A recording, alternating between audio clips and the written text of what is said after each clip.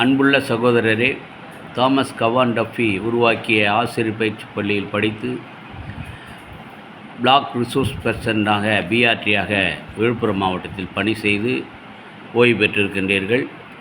விக்கிரவண்டி பகுதி சார்ந்த மேலக்கொந்தை பகுதியில் தந்தை டஃபியோடு பயணித்த பற்றாளர்கள் இறை நம்பிக்கையிலும் விசுவாசத்திலும் பாடல்கள் இசையின் மூலமாக நம்பிக்கை பெற்றவர்கள்.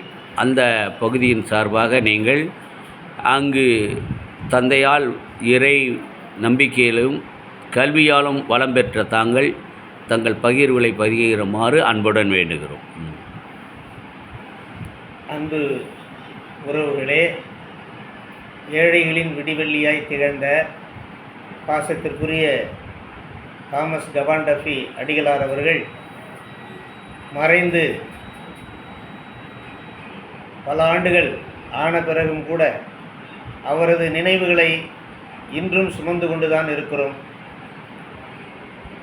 எங்களுடைய கிராம பகுதிகளிலே அவரால் கல்வி பெற்று வாழ்விலே விடியலை கண்டடைந்த எங்களுடைய முன்னோர்களுடைய செவிவழி செய்தி, அவர்கள் கண்ட அனுபவங்கள், அவர்கள் பெற்ற நன்மைகள், இதன் அடிப்படையிலேயே தாமஸ் கவான் டஃபி அவர்களுடைய சேவையையும் அவருடைய கல்வி பணியையும் நன்றாக தெரிந்து கொண்டு அதை உளமாற பாராட்டி இறைவனுக்கு நன்றி சொல்லக்கூடிய நிலையிலே நான் இருக்கின்றேன்.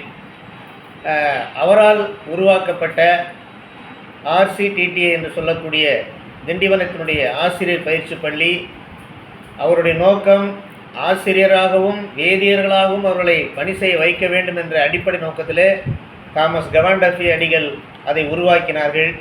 அதிலே 2 ஆண்டுகள் பயிற்சி பெற்றது அந்த தாமஸ் கவான் டஃபி அவர்களுடைய நோக்கத்தை நிறைவேற்றக்கூடிய அளவிற்கு மிகப்பெரிய ஒரு விசுவாசத்தையும் நம்பிக்கையையும் கல்வியையும் ஞானத்தையும் அங்கே பெற முடிந்தது. அந்த 2 ஆண்டுகளினுடைய அடிப்படை பயிற்சி தான் 38 ஆண்டுகள் கல்வித்துறையிலே நான் சிறப்பாக பணியாற்றி ஆசிரியராக பள்ளிகளிலே 18 ஆண்டுகளும் PRCயிலே 19 ஆண்டுகளும் ஏறக்குறைய பாதி பணியை பள்ளிக்கூடங்களிலும் பாதி பணியை ஆசிரியர் மத்தியிலும் பணி செய்து தற்போது நான் பணி நிறைவு பெற்றிருக்கின்றேன்.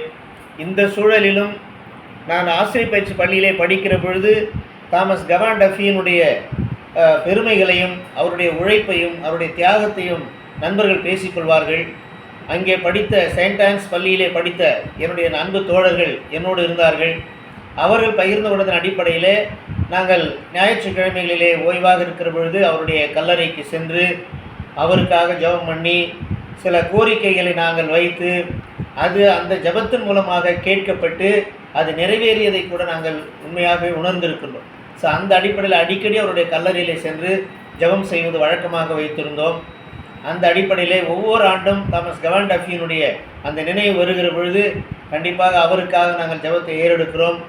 அவருடைய வழிகாட்டுதல்கள், அவருடைய படிப்பினைகள், அவர் ஏழைகளை நேசித்த விதம், அவருடைய அர்ப்பணிப்பு பணி, அவர் உண்மையாக நேர்மையாக நடந்து கொண்டது, இந்த அடிப்படையில் தான் என்னுடைய ஆசிரியர் பணியை கட்டி அமைக்கப்பட்டது என்று சொல்லிக்கொள்வதில் நான் பெருமை அடைகிறேன்.